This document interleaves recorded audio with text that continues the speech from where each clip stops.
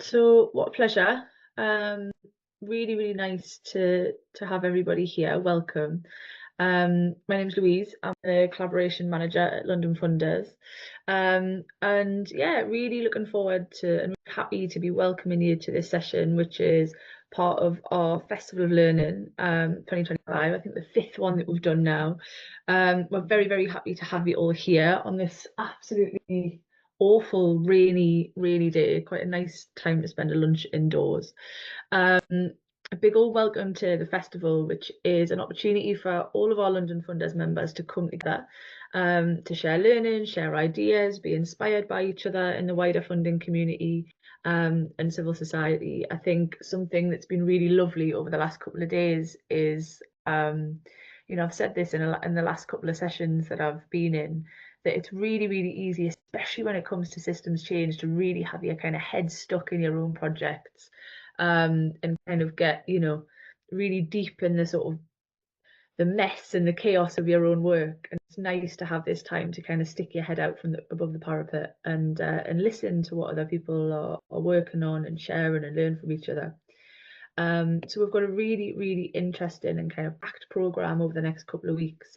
And we've kind of categorized our sessions under 8 core themes. So collaboration, equity, participation, process, systems change, risk, and resilience. So we're really hoping to see you at a range of sessions across the festival.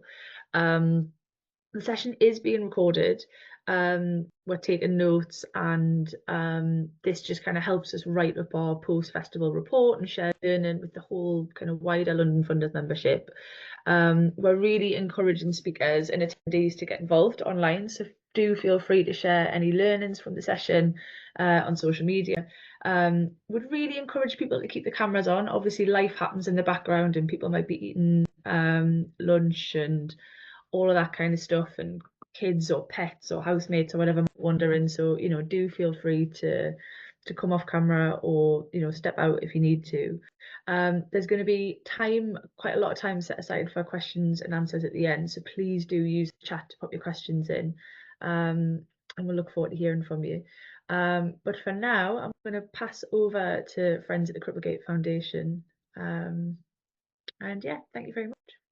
Great, thanks Louise. Thanks everyone for joining. We're just going to start with a really brief kind of introduction about the work, just to set the scene, and then really just hear from all the different partners involved in the project, and kind of do a bit of a deeper dive. So my name's Nikki Wimborne and I work at Cripplegate Foundation, and the other partners will introduce themselves as and when they speak. So just a bit about why we embarked on the work and what it is and who's involved.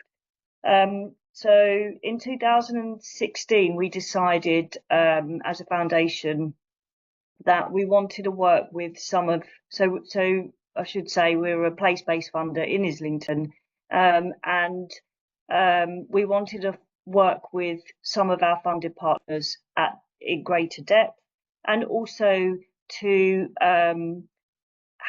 work beyond each of our own individual organisations and see what we could do collectively to impact the lives of Islington residents. So that was the kind of premise of the first development partner programme. So we decided it would be 5 years. We brought 6 local organisations together, which were statutory and voluntary. And there was no set agenda. The only agenda was what can we do together to improve the lives of Islington residents. And as the funder in the space, we resourced and created the space, and thought about how it would all work, and we funded the time for the voluntary sector organisations to be involved. As a funder, the first meeting, I can remember the partners saying, "Okay, so what do you want us to do?" There was a lot of kind of actually kind of demystifying intent, but also ripping up, I suppose, the way in which we'd work with partners in maybe other contexts. And so the work developed through talking, listening, and ultimately during the 5 years, we started kind of creating a narrative around shifting the conversation from what we do to how we do it, and so thinking more about the way in which we work as organisations, and kind of how not what was born, and it was a lot about how we put relationships at the heart of everything we do. And over those 5 years, we created resources, training, films, and also just started locally having lots of conversations in different spaces and settings about trying to profile the how more. So in a nutshell, at the end of the 5 years, there was a lot of resources created, a lot of conversations, and a lot of shifts started happening locally about connecting with others and trying to profile kind of this cultural way of working. And I think it's really important to say that the partnership itself mirrored the work. And we spent the 5 years like resisting the impulse to like act and do, in favour of like talking, building relationships, listening to each other, and working collaboratively for like more lasting, wider change. So as that programme was coming to the end, we were just coming out of COVID, and we knew we wanted to not just say, right, okay, that's been great. We knew we wanted to carry it on in some capacity. And the next 5 year programme, which we're going to talk about, was born. And it was all about how can we use those how not what principles in practice.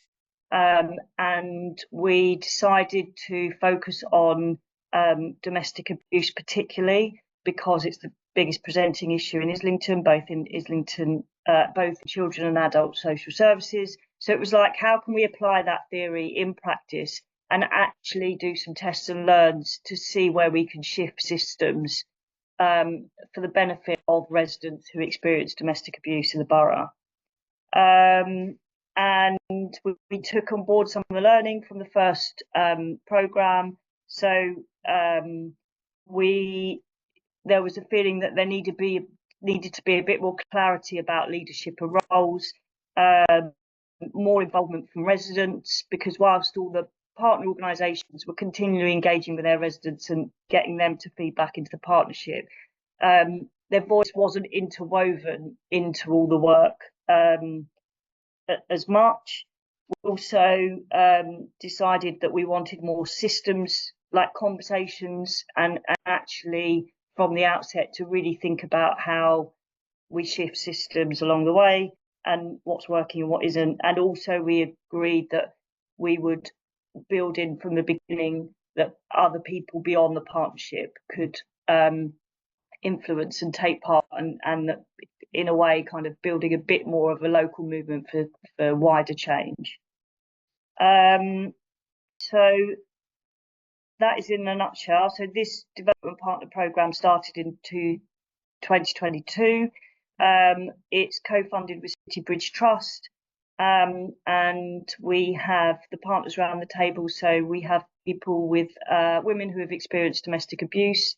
We've got 4 voluntary sector organisations that work with minoritised communities. We have the police and the lead from the Violence Against Women and Girls team in the council. And we also have a learning partner who are working with us across the 5 years, really helping to kind of reflect back what they're hearing, moving along, and helping us to kind of evaluate and monitor as we go some of the tests and learns, but also just our kind of, the general direction of travel. So we're in year 3. The first 2 years have very much been focused on talking, listening, building relationships, exploring how and where we can make a difference. And now we're in the more active phase of like developing work streams. And so at this point now, scene set, I'm going to hand over to the more interesting thing, and I'm going to ask some of the partners involved just why they wanted to get involved with the project. So I'm going to come to Sam first because she's in the room. So and if each of the partners can introduce themselves when they are answer the question. So yeah, just a bit about why they wanted to get involved in the work. Hi, I'm Sam, and I'm a survivor of domestic abuse. And I applied to be part of this panel because I needed a way to channel the anger that I still carry, not just at the abuse itself, but at the system that was supposed to protect me and my then young child, and instead made things worse. In fact, the support that we received during that time often felt more abusive than the domestic violence that we were trying to escape. There was a point where I was seriously considering taking legal action against some of the professional bodies involved. But when this opportunity came up, I saw a different path, one that offered a possibility of lasting change, and not just for me, but for others who are still living this reality. I joined this project because I want a complete shift in mindset across every sphere of society, from professionals to policymakers, to truly understand and respond to domestic abuse. This isn't just about systems failing individuals, it's about a toxic, cancerous pattern in society that we have to name, challenge, and uproot if we want to protect future generations. And I believe real, lasting change starts with projects like this, by listening to survivors and letting the truth shape the way forward. Thanks, Sam. I'm gonna ask Kate. I don't know where you are. I can't see you. If you can unmute and introduce yourself.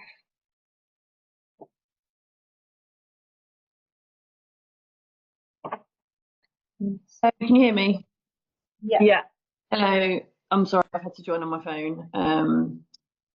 Hello, my name is Kate Lyons. I'm a detective sergeant at the Metropolitan Police Service.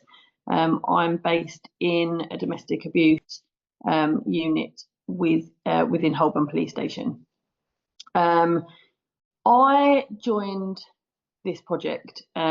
Initially, I was nominated to join this project because there had historically, in terms of this project, been difficulties getting police, someone reliable to turn up is the reality of it.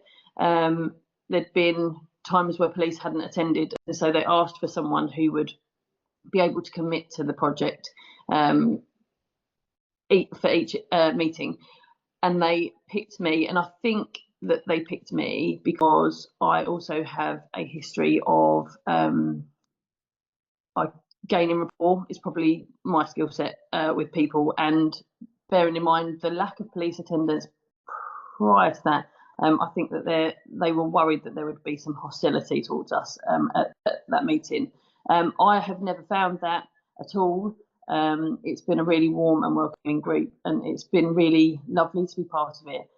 In terms of me personally, I've been delighted. I was delighted to have been nominated because my career to date has been very heavily in the domestic abuse field. I think I'm on my 13th year of working with victim survivors of domestic abuse in a variety of different capacities, including other project work. But this particular project I have found to be the best one I've worked on.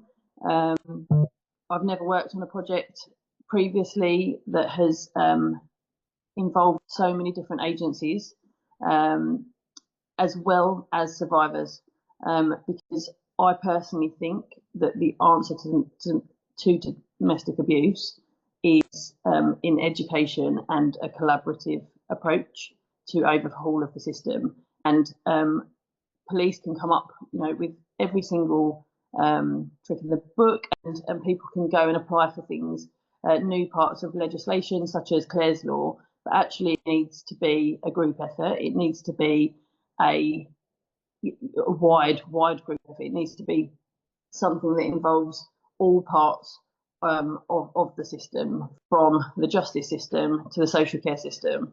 And while we haven't got the courts on board yet. I hope that it has been a discussion, and I hope at some point they are. But it's been really, I think it's been really useful and really inspiring to sit around that table and to hear and listen, and to be able to feed in to the ideas that are growing as part of that group. And I am very passionate about domestic abuse, and I really want there to be a change. I've worked with survivors really closely in how police can improve, and actually I think that this group has given me, even 13 years in, new ways to deal with survivors of domestic abuse and responding. I've changed the way that I do things because of things that have come out of some of our meetings, and I've provided learning to my colleagues as a result of things I've learned at these meetings. So, you know, on a small scale, that group is changing the way that Islington police are dealing with victims of domestic abuse, survivors of domestic abuse. But long term, I really hope that this group and this collaborative effort is going to change the entire face of it, and that is why I am still a part of it and have stuck with it. Thanks, Kate. Great to hear from you. Mel, are you? Yeah, thanks, Nikki, and thanks, Sam and Kate, and yeah, just echo the comments that have been made and want to build on that. So I'm Melanie. I'm one of the managers at Solace Women's Aid. So we support survivors of domestic abuse in the community and in refuges, but my role is in the community. And I joined this, I think it was about a year into the project. I had the opportunity to join, and I'm so pleased that I did. It feels like such a privilege to be a part of this space.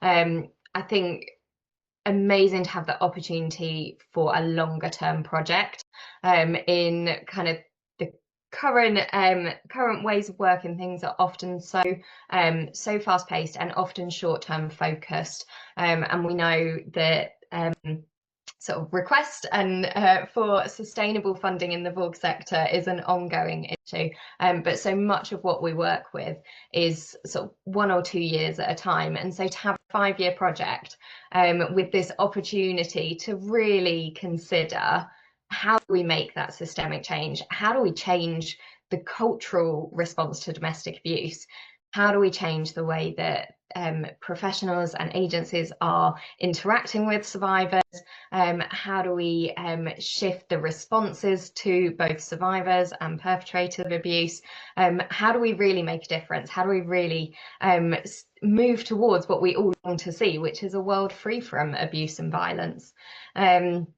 So that is yeah, the privilege that this group is, and I think there's something very special. I think Kate and Sam and Nikki have sort of talked about this, but having a space where we have a real mixture of statutory agencies, charities, survivors of domestic abuse, which crosses over around professionals and those who are there as survivors. I think that space of coming together where everybody has a genuine equal voice, it feels, Nikki and Laura have managed to facilitate what feels like a very safe space for each individual to be able to share, and for us to explore our thinking and develop and build on different ideas, and to sort of challenge and shift and be challenged. It's felt like a very safe space for that, and I think that equal voice around the room is a really important and powerful element to it. And I think Kate already talked about that sort of genuine group effort, that joining together across agencies to make systemic change. This is about embedding long-term changes that are going to change the way Islington, survivors of domestic abuse in Islington, but also pan-London and nationally, and let's go global. I think there's real opportunity to make those changes, for it to be lasting change, and for there to be shifts in mindsets. so that there's a deeper understanding of the experiences of domestic abuse, no matter who you are. And we'll come on to talking about some of the groups later, and whether you are a member of the general public, whether you're a police officer or a social worker, that whoever you are, there's a deeper understanding of domestic abuse and more effective responses and support to survivors and interventions for perpetrators. Great, thanks, Mel. Michael, I don't know if Michael is on the call. Sure, I've seen him. Okay, we're gonna move on. We're just going to talk a bit now. I'm going to hand over to Laura, who's going to talk a bit about the kind of, so that was a bit covering the what and the why, and we just wanted to spend a bit of time thinking about the how, like how it works, and yeah, I'm going to hand to Laura. Yeah, so I guess our intention with this was that it wasn't abstract. Of course, anybody who wants to go about this kind of work will find their own way of doing that, but we wanted to just like spend a little bit of time talking about like the practicalities and some of the challenges, I suppose, that we've had in getting to this place. And thank you everyone who's spoken so far and spoken so highly of the experience of being a part of the Development Partners Programme. So I think one of the most important things is just the amount of time that we have available, which makes for a quality, I would say, in the space. So our meetings are 3 hours long. We invite everybody into the space. We try to make it non-hierarchical. And we're working over 5 years. So those are quite unique aspects of the sessions. They're not an hour-long meeting where we're trying to cram things in, and we don't have a full-on agenda. But there is a lot of work and thought, I'd say, probably more so, that goes into trying to create the right atmosphere and to create the safety which is required. So one way we go about that is that we have, for example, a group agreement, and we develop that over time. So we revisit that in every session, and as things emerge, we will add to it. So of course, we're talking about something which has a very personal, powerful impact on people. There's survivors in the room, but many people working in this space are also people who have experienced domestic abuse. So how do we talk about subjects like that and create safety? So that has been a learning in progress. I don't know how you say that. And it's come from feedback. So things have happened in the sessions. There have been difficult moments, and we've been able to together come up with ways to create that safety. So practically, we have fidget toys on the tables so people can have something else to focus on, and we have scents so people can smell essential oils and bring themselves back into the space and into a sense of safety when they have gone to a different place in their minds. And I think the key to that has been really listening to each other and taking what is happening in the space seriously. And yeah, like I said as well, the time that we have together has meant that we've been able to build trust. We try to keep consistency in the person coming from different agencies. So we know who we're expecting to see. We've built rapport. We know them on a personal level, not just as a professional. And all of those things help to then create a situation where people are able to speak openly and to think about judgment, about our wildest dreams and ideas about what might make a difference to this huge area, which has such an impact on our society. There's some other aspects which have been a challenge in that it sounds woolly. At the beginning, we don't have any clear outcomes. We don't know what this is going to be. There's a lot of investment that's put in to this 5-year program, and we can't say at the end of this 5 years, these things will be achieved. And so there is some work that needs to also go into keeping our funders on board, keeping our board of governors, trustees on board by taking them along on that journey. And also when we're trying to engage other agencies, for example, the police, as Kate spoke about, you know, how do we articulate what we're trying to do in a way that allows very busy agencies to justify taking this amount of time out of their busy roles to be here with us? So those are some of the things that we've considered in creating this space, and there will be time for a Q&A later on. So if there's anything in particular that you want to ask about the practicalities, I don't want to explain everything in great detail, but there'll be time to ask those questions.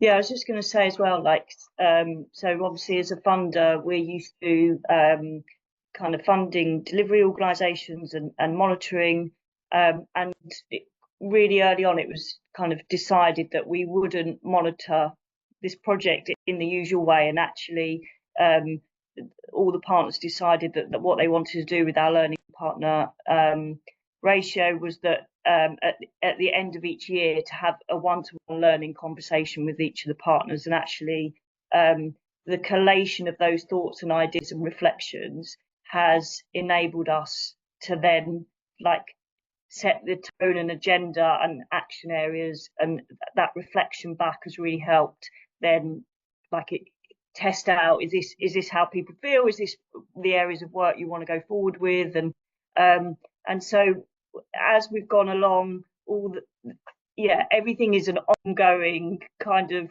conversation development, and almost we have permission around the table from all of the partners to kind of free ourselves of what we do in our day jobs essentially. So you know, some of the voluntary sector organisations that are around the table you know, are permanently overloaded, and actually it's quite a shift to come to a 3-hour meeting where it's actually about conversation and dialogue rather than like, right, what are we going to do? So a lot of us in that space are free from our kind of day-to-day activities, which has been a benefit in ourselves. I think, as Kate said, that everyone's kind of learned from each other and taken away different things. Yeah, so talking about the how, we'll ask each of the panel members what your experience has been of being in these meetings, and how is it different from other meetings you might have been to, if that's relevant. And I'll hand over to Sam first. Hi. So for me, the development partner meetings have been completely different to any other kind of meeting that I've experienced, like some of the others have said. And this is especially, you know, as a survivor of domestic abuse. There's a real sense of equality in the room. I haven't once felt like I'm the token voice or like I've had to, you know, push to be heard. My contributions have been genuinely valued, and the space has felt safe enough for me to speak honestly, even when it's been emotional or uncomfortable. What sets these meetings apart is the spirit of co-creation. It hasn't been professionals leading and survivors following. It's been everyone learning from each other, side by side. There's been space for disagreement and growth and reflection, and I think that's where the real magic has happened.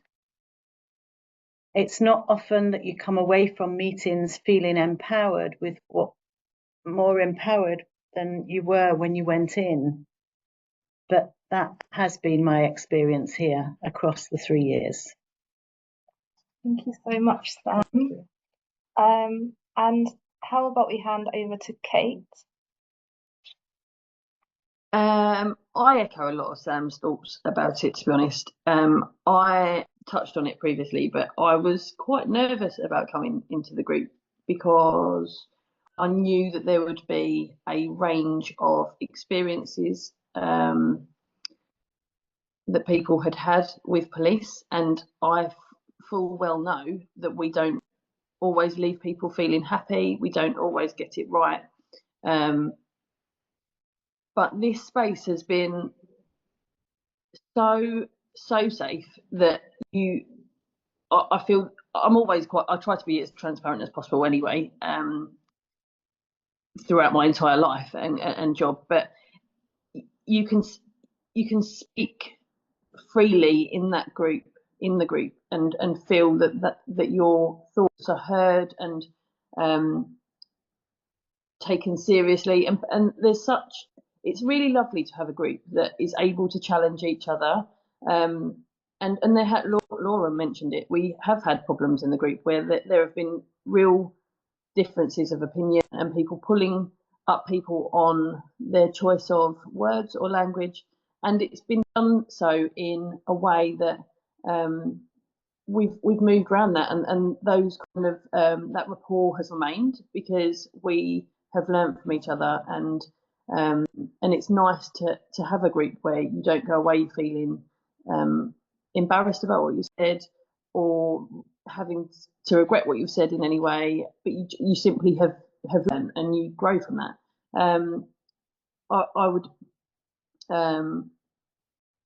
I would also say that it has changed the way that I police. I said it earlier, it's changed the way that I police. I actually thought that I was, not in an arrogant way, but I actually thought I was very good with domestic abuse, victim survivors. But I think I'm better now. I think I actually wasn't as good as I thought. And I think I respond better now. I think I understand better now because this has been a huge learning curve for me. And it's changed the way that I think about my response to people. A specific example is we did an activity in the group where it was about learning that everyone has different levels of support. So I may come from a big family and have a big support framework, but actually there were people around us and professionals as well as survivors, as well as those from charities, from all different groups. There were a huge range. Some people had lots of support and some people had no support at all. And it was quite, a police response often is to move people away from away from danger. But some people are reliant on only their neighbours. And so I have chaired multi-agency risk assessment conferences, and I used to say, are they willing to be moved? And now I don't actually say that. I now say, where's their support? Before I even think about that, I say, where is their support? Because they may only have one person and we cannot be removing people from their support. And so that is a specific example. And this is not very,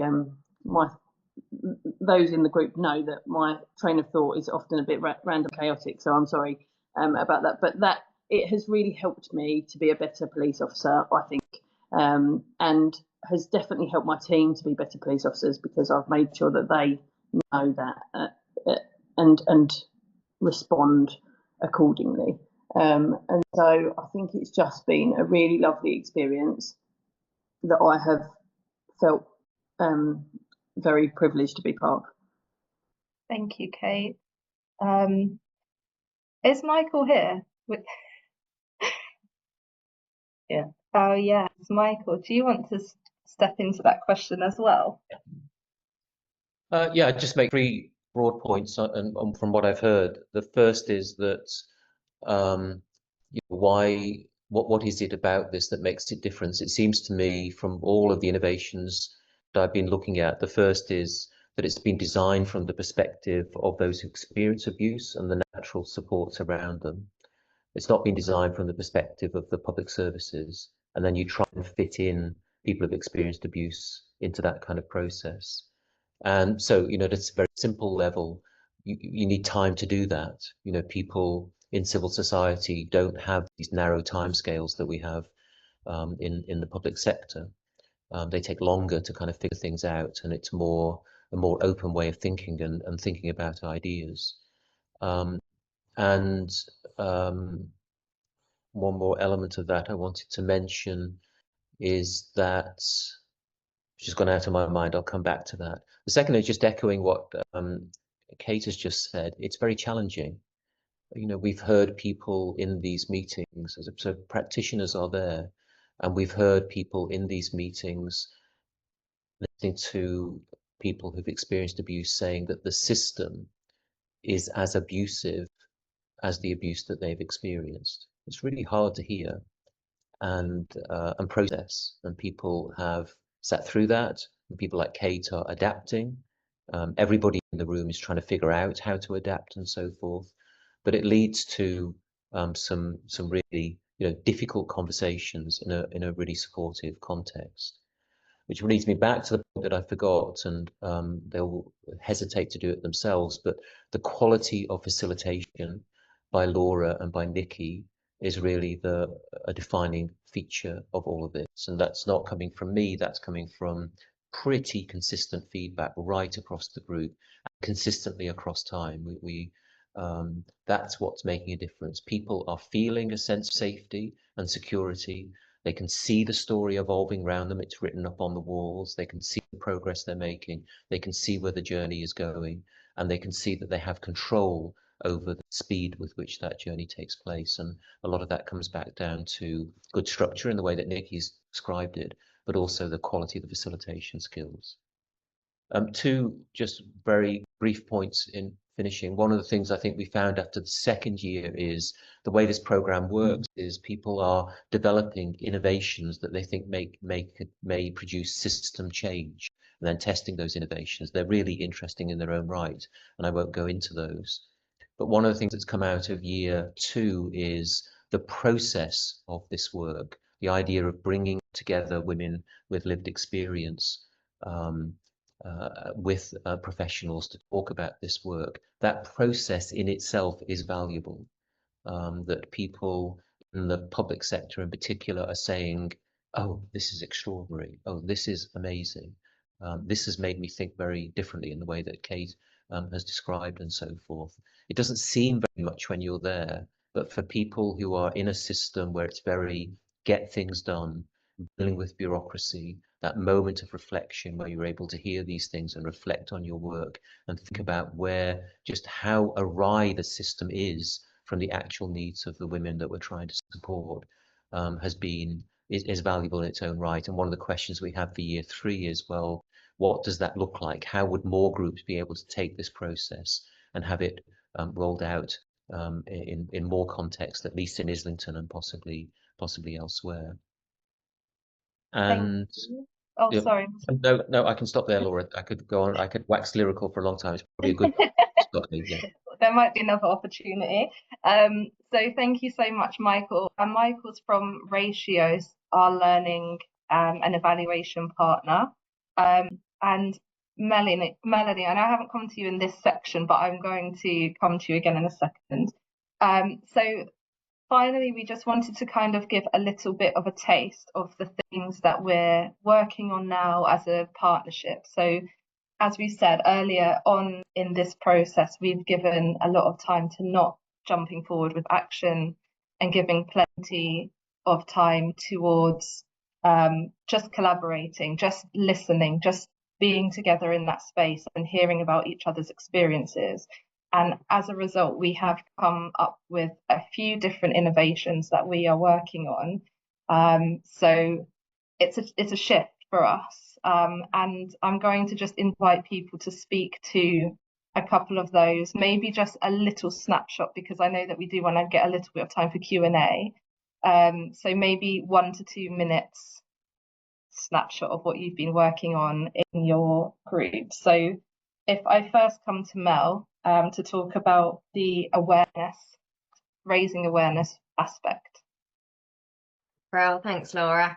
And so we've broken up into smaller groups to meet in between the partner meetings to focus on particular areas. And our area has been around raising awareness, myth busting, and shifting the narrative around domestic abuse. And I think, again, one of the things I've appreciated about the development partners is how thoughtful and considered the spaces are, and how, as has already been mentioned, there's not a leap into action, but a real space for considered action and movement. So our group has been thinking about what messages do we want to give to who, and thinking about different groups of people. So thinking about the general public, thinking about survivors, thinking about those who perpetrate abuse, thinking about professionals, thinking about statutory agencies, charity agencies. We've also been thinking about how we make sure that survivors of domestic abuse know about the support that is available. And I think particularly in Islington, there's a real wealth of different organisations offering specialist support and culturally relevant support. And there's a real choice over where you could access support from. And each of those organisations does a great job in their own presentation and awareness of what they offer, but actually, can we have one space where someone can go and find out about all the different organisations and make an informed choice as to where they access support? So that's one of the things we've been thinking about, and then also thinking about this myth busting and challenging victim blaming and engaging different particularly for that one, we've been thinking about professional agencies and the general public, and thinking about those two spaces, and what are some of the myths that pervade, and how can we challenge those. So I'm excited to see where the group goes with those. Thank you so much. Sam, do you want to talk about involving men? Yeah, so to be honest, I've been surprised by my own shift. When I first joined the project, I didn't want to be anywhere near men in any of these conversations. And I found comfort and relief in the fact that the table was predominantly female, and it definitely felt safer for me that way. But over time and through the work we've done, I've come full circle. And I now believe wholeheartedly, without any doubt, that without the meaningful involvement of men, we simply won't achieve the deep, lasting change that we need. It's not enough this conversation to be about men.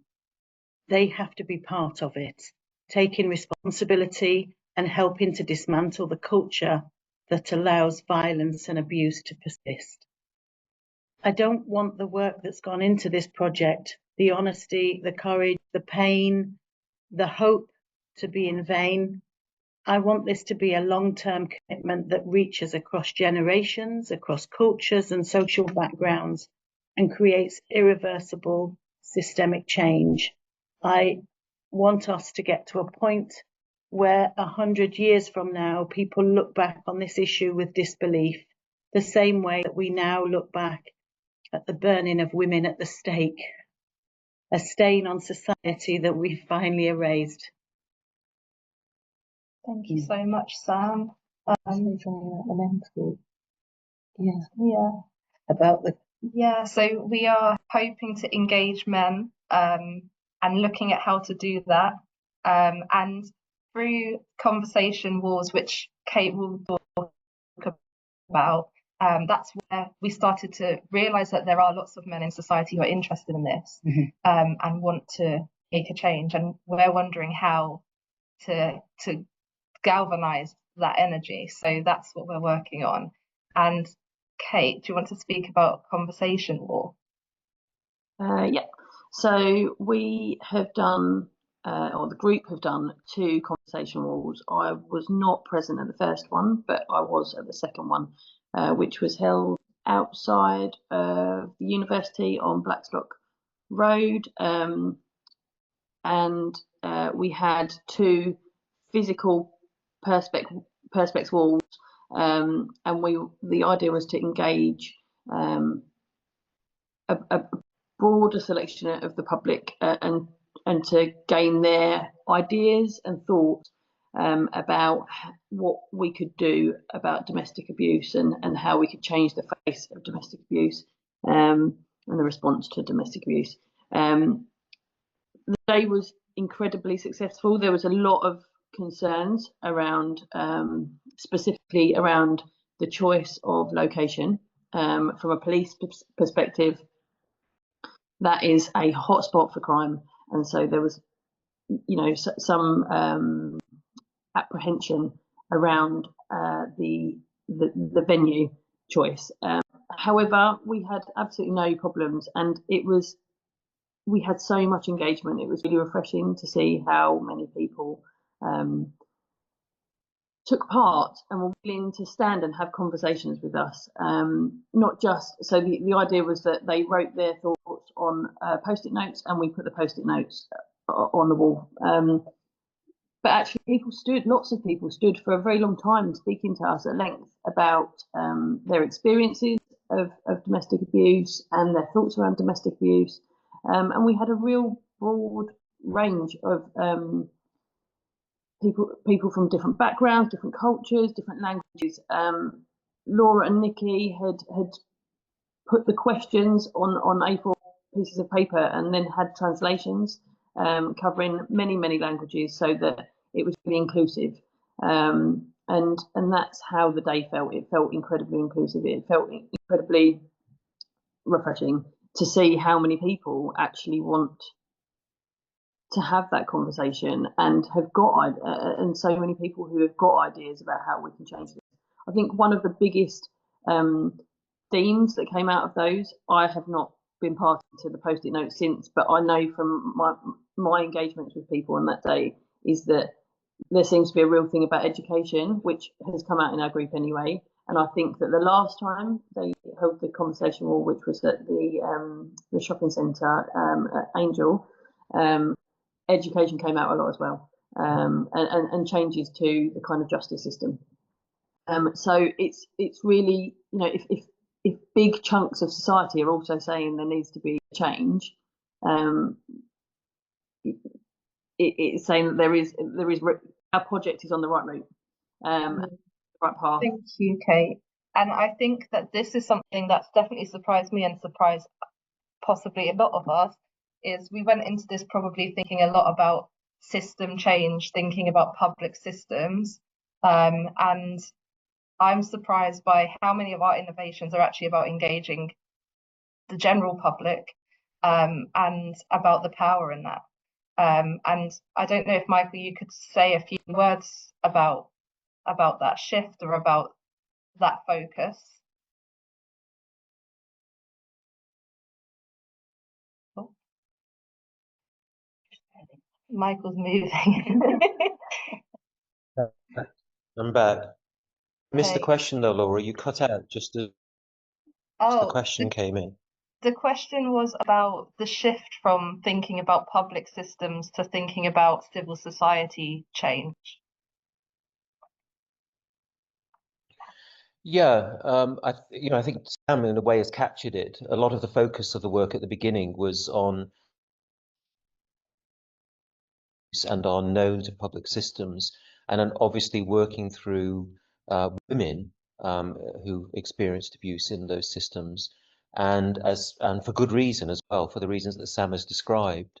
But the more the work has gone on, the more we've begun to realise from the stories that women have given us that a lot of the potential for innovation here is in what happens outside of systems and outside of services. I mean, Sam's life has been had more service input than most of us, but most of what happens in Sam's life happens outside of a service, and we're not taking account of that. Well, the work has begun to take account of that, and I think one of the interesting things about the conversation walls is how many people in Islington alone are really interested in this issue. They're concerned about this issue.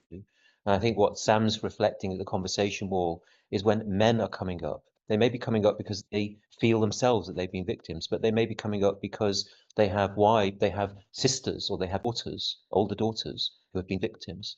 They feel concerned about it, or they just feel they want a better society in which to live. So where is the role for these people in order to be able to contribute towards the change process? And I think that has been a significant part of the journey into what I call civil society-led change as opposed to public system-led change. Thank you so much. I think we don't have too much longer, so I'd like to give an opportunity for people to ask questions. Is there any? Has anyone put any questions in the chat or hands? Nothing in the chat at the moment, but if people do want to raise a hand or if they want to pop something in the chat, I'm very happy to read it out if you'd rather not be on camera, or give us some sort of emoji or hand in the air and we can spotlight you. And Sam has a question. Would you like to? It's not a question, it's just something else that I wanted to add, if I may. Yeah, of course. And then people can think of questions if you have any. So really what I wanted to say is that I don't want my daughters and granddaughters to go through what I've been through. Domestic abuse isn't new, and despite years of services and funding, we haven't seen real lasting change. And that tells me what we've done so far hasn't been enough. This needs a different approach, one that's long-term, multifaceted and rooted in prevention and real cultural shift. And yes, it will cost a lot more upfront, but if we do it properly, it will save lives emotionally, physically, and in time, it will save money too. Domestic abuse affects everyone, directly or indirectly. The ripple effects are constant, painful, and expensive. So I'll ask you this: do you agree?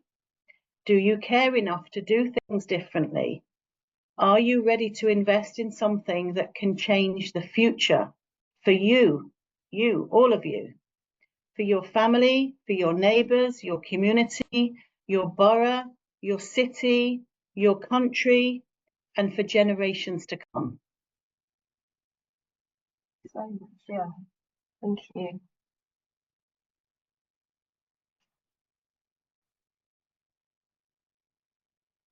I think there was a question.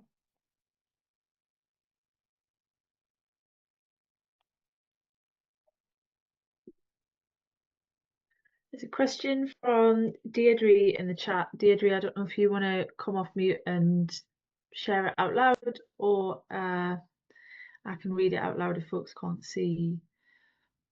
Hello, I can try to. Sorry, I'm out, so I'm not sure. Right. Okay. Yeah, if I can articulate it, it's something about I think it really struck me around the scale of the scale, like it's people's lives outside systems, it's systems, people exist in so many systems, and just how that challenge kind of felt along the way of like, well, have we got the right people in the room with us? Who else should we be talking to? But how do we also keep this kind of something that feels manageable for the groups that are involved? Does that make sense? Yes, it makes sense. Does anyone want to take that in particular? I mean, I'm just, my initial response to that is, you know, there's times where it feels overwhelming and there's times where we're stuck.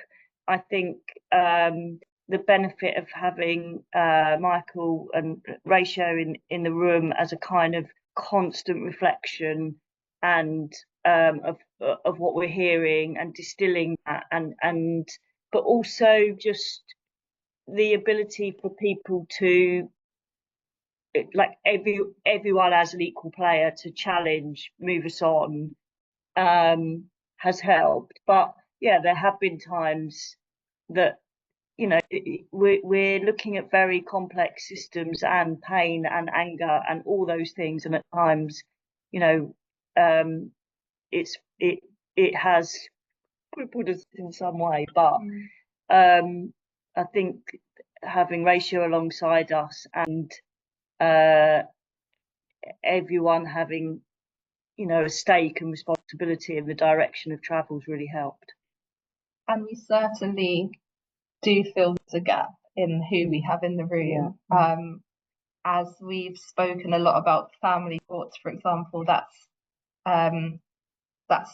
someone we probably want to get in the room, someone with that kind of expertise, and more people with lived experience, men with lived experience of domestic abuse, and other men in civil society, we really strongly feel that it's time to widen. Yeah, because we recognise both in the working groups, and we haven't talked around all of the innovations, but also in the space, you know, that's what drives the energy, what changes the conversation, and the combination of different partners and that lived experience in the room. Yeah, just that. So and we just want to increase that in all the working parties, and that's the driver, isn't it? Yeah. I don't think we've had any other questions. But what I would say is we are always here to talk. If this sounds like something you'd like to try in your area, we would be really happy to talk to you about how we've gone about it and to help you on that journey if that's something that you wanted to take forward. And also, we're really interested in others doing this kind of work, because to bounce off, to have conversations, because we're evolving. We haven't got a mapped out roadmap. It's it's not easy work. So yeah, be really interested in others doing it and just having conversations. Yeah, and thank you all for signing up, for joining. Thank you so much for all of our partners who have joined us today, and shared your time and your energy and minds with us. So we really appreciate you. I'll hand back to London Funders. Thank you, everybody. God, wow, what a powerful session. And I think this is why we do this, isn't it? This is why we create these spaces for people to share. And I think the amount of people that joined this session is really testament to that as well. I think the thing that there's loads, I've got reams and reams of notes from that session, but I think something about the system being more abusive than the abuser at times, that really, and I think that will be true for so many systems, right? I think that's definitely such a powerful takeaway, and a real reminder of why we do this systems change work, and why it it's challenging and it's a slog and it's hard, and sometimes I work a lot in systems change in my project, and sometimes I think, why do I bother? Not enough. And that's a really helpful reminder as to why we do it. It's sticky, it takes time, but it's really, really important. So thank you, everybody, for your just to echo the sentiment in the comments as well, the vulnerability and the openness. It's 1 o'clock, so it's time to let you all go, but do connect with each other in the chat if needs be. We'll be sharing summaries of every session. We've still got loads of, obviously, a plug for the rest of the festival. We've still got loads of other sessions happening over the next few days. I think there's a link to the programme in the chat that's kind of been lost under all the lovely messages, but we can share that around.